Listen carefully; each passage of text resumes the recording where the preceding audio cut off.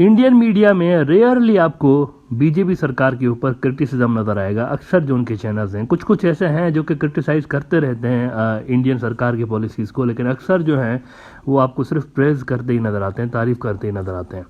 लेकिन ये फैक्ट है कि मोदी सरकार के दौर में इंडियन फॉरेन रिलेशंस में जितनी कन्फ्यूजन नज़र आई है ना, इंडिया के 75 साल की हिस्ट्री में कभी इतनी ज़्यादा कन्फ्यूजन नज़र नहीं आई उनके फॉरेन रिलेशंस में।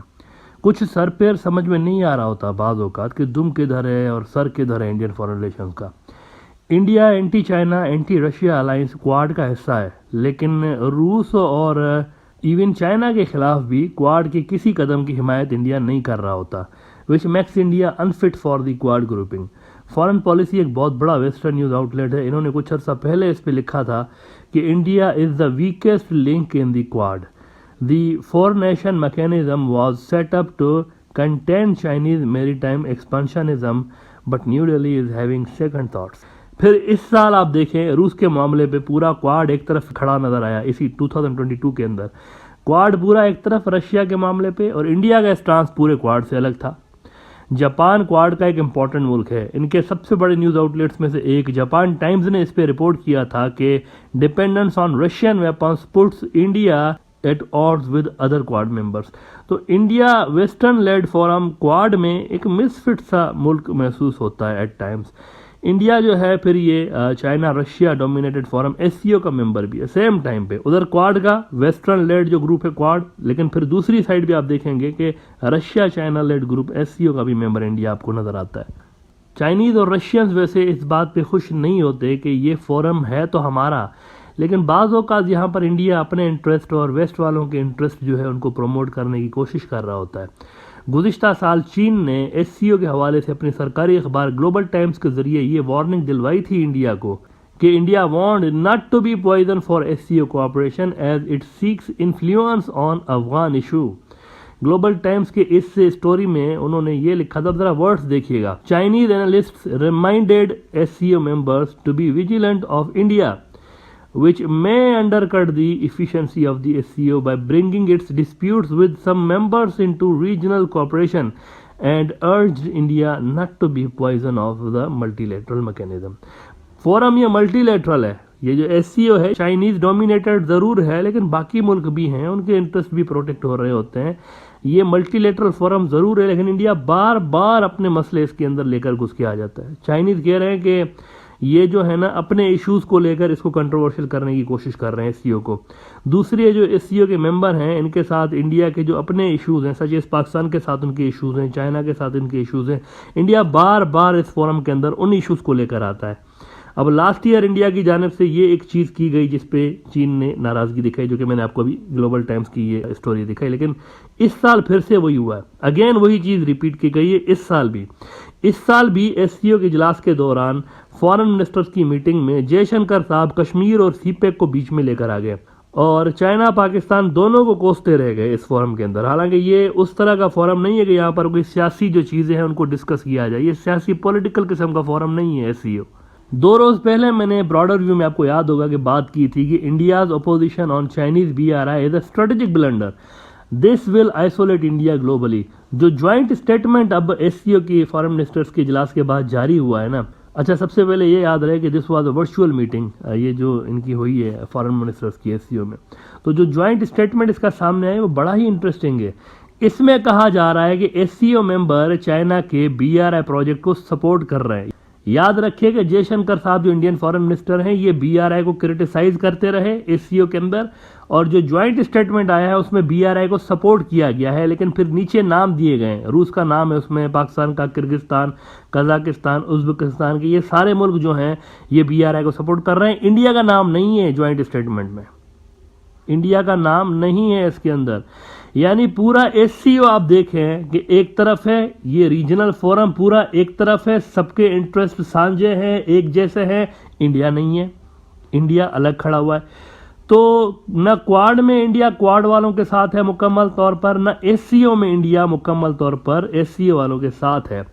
Manoj Joshi by the way एक बड़े सीनियर इंडियन जर्नलिस्ट हैं, मैं इनको पढ़ता रहता हूँ। कल मैं इनको पढ़ रहा था, द क्विंट में इन्होंने एक ओपिनियन इनका छपा है। वो फरमा रहे हैं कि India note to BRI at SCO meet is a continuation of S Jaishankar China policy. अच्छा, इससे पहले बाय द वे वो सितंबर में भी कह चुके हैं कि India's clear stance on critical issues wins western allies during SCO summit. अब देखें, पहली बात तो ये है कि वेस्ट जो लफ्ज है ना, वेस्ट, ये एक it's a broad term actually, ये कोई छोटा टर्म नहीं है। इसके अंदर 2-4 मुल्क नहीं आते, ये बड़ा टर्म है। इसके अंदर सिर्फ अमेरिका नहीं आता, यूरोप के भी कई मुल्क वेस्ट के अंदर आते हैं। वी कैन नॉट से एग्जैक्टली कि वेस्ट जो है वो BRI का मुखालिफ है, हम ये नहीं कह सकते। अभी मैं आपको बताता हूँ कि क्यों। यूरोप और सेंट्रल एशिया के 35 मुल्क 35 कंट्रीज BRI के अंदर आते हैं, जिसमें से 18 वो मुल्क हैं जो कि यूरोपियन यूनियन के मेंबर हैं लेकिन BRI के अंदर है। और जो अमेरिका के टॉप के जो इत्तेहादी हैं ना, वो यूक्रेन जंग में चीन के रूस को मुकम्मल सपोर्ट के बावजूद चीन से अपने स्ट्रेटेजिक टाइज जो है वो बढ़ाने की अटेम्प्ट कर रहे हैं। लुक एट जर्मनी, इनका जो चांसलर है वो इस वक्त चीन के अंदर है बाय द वे, और चाइनीज वजीर आजम के दावत पे वहां पर आया हुआ है। तो हम ये नहीं कह सकते कि वेस्ट जो है वो चीन के साथ स्ट्रॉन्ग रिलेशंस या चीनी मंसूबों के खिलाफ है। यस, अमेरिका है लेकिन पूरा का पूरा वेस्ट नहीं है। लिहाजा वेस्ट के अंदर चाइना के मामले पे एक क्लियर डिवीजन है, और चीन उसके खास इत्तेहादी जो है ना अमेरिका के, उनको जो है अपनी तरफ करने की भरपूर कोशिश अब भी कर रहा है। आप इंडिया के BRI की अपोजिशन को इस नज़रिए से देखें, इसको देखने का एक अलग पर्सपेक्टिव भी है, वो मैं आपको दिखाता हूँ कि जयशंकर साहब ने BRI के खिलाफ बात की, लेकिन क्या किसी एक शंघाई कोऑपरेशन ऑर्गेनाइजेशन के मुल्क पे इसका असर पड़ा किसी किस्म का? मुझे बताएं। इंडिया अकेला ही एक जगह खड़ा नजर आया ना आपको SCO में, अकेला इंडिया उसकी अपोजिशन करता हुआ नजर आया। किसी दूसरे मुल्क ने एक लफ्ज भी नहीं कहा इस मामले पे, बल्कि उन्होंने सपोर्ट किया इसको। इंडिया का सिर्फ नाम आपको उसमें इस मुद्दे में शामिल नहीं नजर आया ज्वाइंट स्टेटमेंट में, बाकी सबके नाम थे। तो ये वो आइसोलेशन है जिसकी मैं बात कर रहा था कि इस रीजन के अंदर इंडिया एक तो ऑलरेडी जो है वो आइसोलेट हो चुका है। अब हमारा साउथ एशिया के रीजन देख लें, अकेला इंडिया नॉन BRI मुल्क है, और भूटान भी है, लेकिन भूटान के लिए खबरें आ रही हैं कि उनके जो मैटर्स हैं वो काफ़ी हद तक सेट हो चुके हैं, और वो भी हो सकता है आने वाले सालों में BRI का हिस्सा बन जाए। लेकिन इसके अलावा आप देखें, इंडिया है और भूटान है, बाकी जो सारे के सारे आए हुए हैं BRI के अंदर, सारे के सारे हैं, इंडिया के पड़ोसी सब इसका हिस्सा है।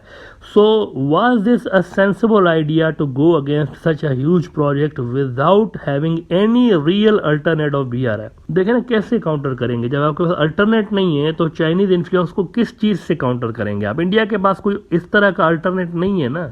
आप देखें, BRI और CPEC को इंडिया कश्मीर से जोड़ रहा है ना, कि वहां से BRI क्यों गुजर रहा है, लेकिन वेस्ट में क्या किसी एक मुल्क ने इंडिया की फेवर में आज तक बात की है इस मुद्दे पे?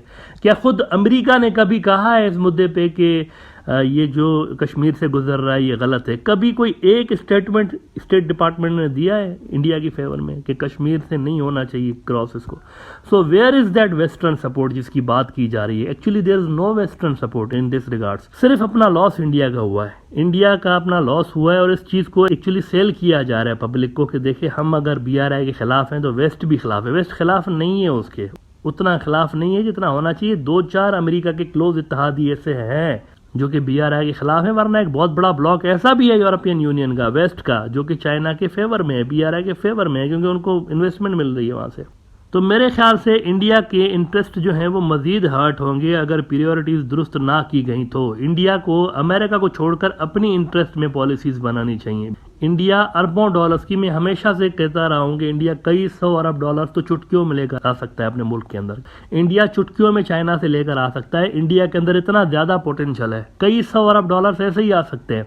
लाखों लोगों को इंडिया के अंदर जॉब्स मिल सकते हैं BRI के प्रोजेक्ट्स में, अगर इंडिया अमेरिका की ये जो ग्रुपिंग वाला जो एक खेल है ना, पहले इंडियन फॉरेन पॉलिसी जो थी वो एक नॉन कंट्रोवर्शियल होती थी, बैलेंस्ड किस्म की होती थी, लेकिन at the same time effective भी होती थी।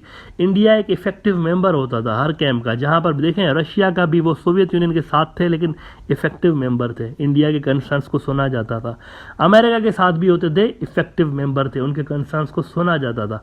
अब उनके कंसर्न्स को नहीं सुना जा रहा। देखें चाइना जब उनके मुल्क के अंदर आ गया 2020 के अंदर, तो वेस्ट ने क्या किया है? कुछ भी नहीं किया इंडिया के लिए। लिहाजा चाइना के साथ लड़ना जो है it's not a sensible option. Sensible option ये है कि उनको बिजनेस इंटरेस्ट जो है अपने मजीद बढ़ाने चाहिए चाइना के साथ, गिव देम मोर बिजनेस, और वहां से मजीद आप इन्वेस्टमेंट इंडिया के अंदर लेकर आ जाए। मैंने कहा ना, पोटेंशियल इतना ज्यादा है इंडिया के अंदर कि 100-150 अरब डॉलर तो इंडिया वैसे ही लेकर आ सकता है अगले 4-5 साल के अंदर।